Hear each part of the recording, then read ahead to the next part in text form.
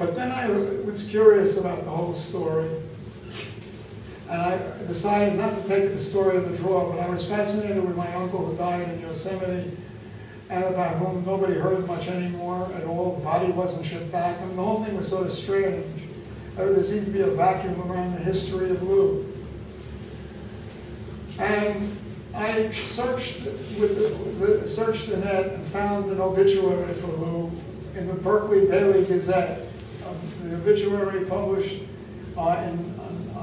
1934 on June 18th, in which it said that Saturday Lou Kitzes of San Francisco, which I wasn't aware that he was, of San Francisco, fell to his death from the Nevada Fall, at the brink of the Nevada Fall, and his body was carried away by the Merced River, or else the spray of the great pressure of the downpour of water made it impossible for anybody to find the body. The park rangers searched the spray as well as they could, found nothing. And the CCC guys searched the surrounding area, and they came to the conclusion either he was held so deeply underwater that he couldn't be found, or the water had been washing down to the next fall. Now, the one thing though that is they explained that he had been standing barefoot in the river at the brink of the fall, and had slipped and then literally carried away by the current to his death. And the question struck me: how did they know he was barefoot? I mean, how did they know he was barefoot? And I figured, well, maybe what happened is the people who reported his loss reported the barefoot. But what will make them concentrate on the barefootedness? It's true that with bare feet you have more slippage possible, unless your feet are very rough, than a pair of good boots, climbing boots. A pair of good climbing boots would probably have given you more traction. But what was he doing barefooted? Why did he go barefoot into the river? To preserve the boots? Or was there some sort of funny act that he was performing? See, before this I had a heroic view of his fall in Yosemite. Now I was beginning to wonder whether he wasn't, as it were, playing a Greek sculpture or something, picking up one foot in the air as if he were going to do a ballet step. And then he was reduced to 1 foot on the ground, and the 1 foot slipped, and that was it. For a photograph? What was the point of all this? Maybe the shoes were still there. Did they bring the shoes back with them? Or somehow I have an image of two shoes standing on the precipice, at the edge of the precipice of the Nevada Fall, that had been left there by Lou before the photograph was to be taken. And now I know much less than I knew before, because there's nowhere there. Everything after that's a dead end. So I thought, well, let me see the other end of the other side of my storytelling technique, my image-making capacity, because I had turned my uncle into this radical failure. That is, this brilliant kid whose life was blighted forever after that by the fact that he accepted a draw. That was the way I looked at it, and I'm not sure that that's reasonable at all. A kid who gets a draw with Oscar, the world champion, and you get a draw with him, so any 12-year-old kid would look terrific accepting the draw. And nobody would have done it.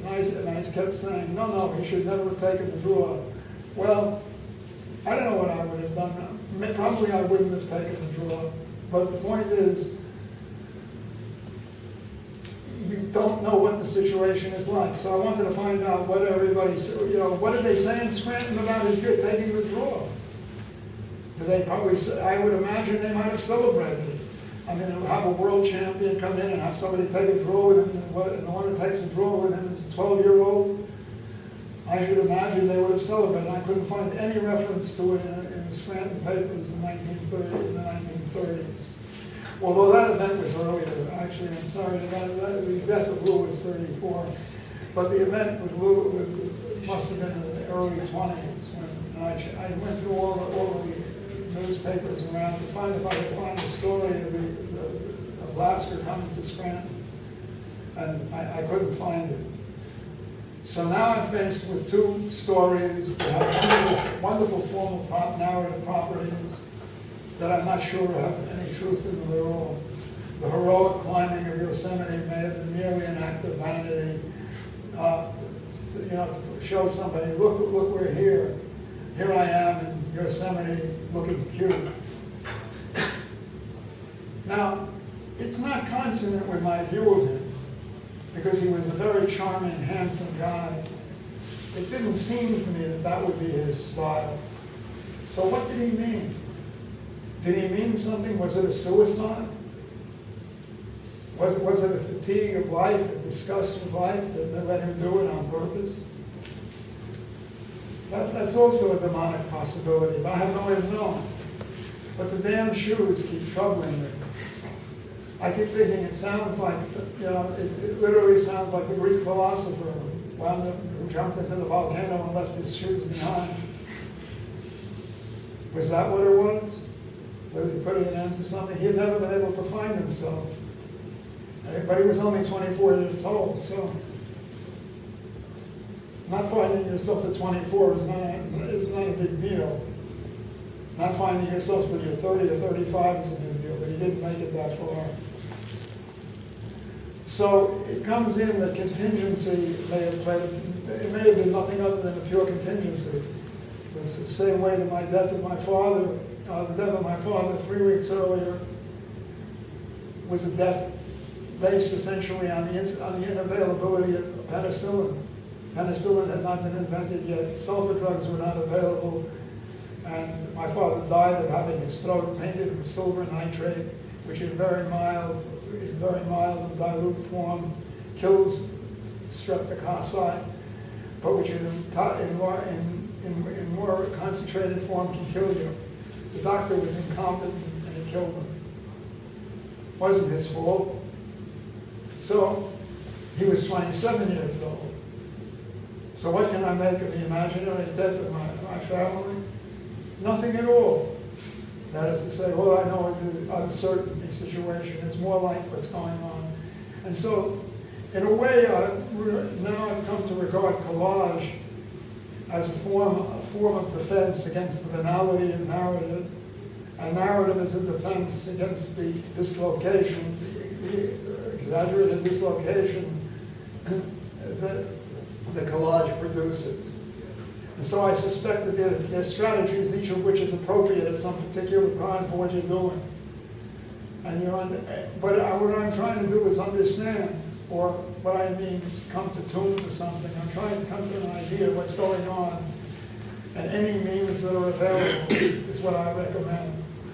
You use any means that's available, whether it's collage, or it's like narrative, or it's like pseudo-narrative, or pseudo-collage, and whatever works, works.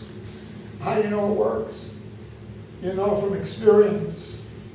The same way Oliver Wendell Holmes said, judgment is not based on the law, it's based on experience. Unfortunately, the experience of the people we have in our present Supreme Court is such that I wouldn't feel too happy about it.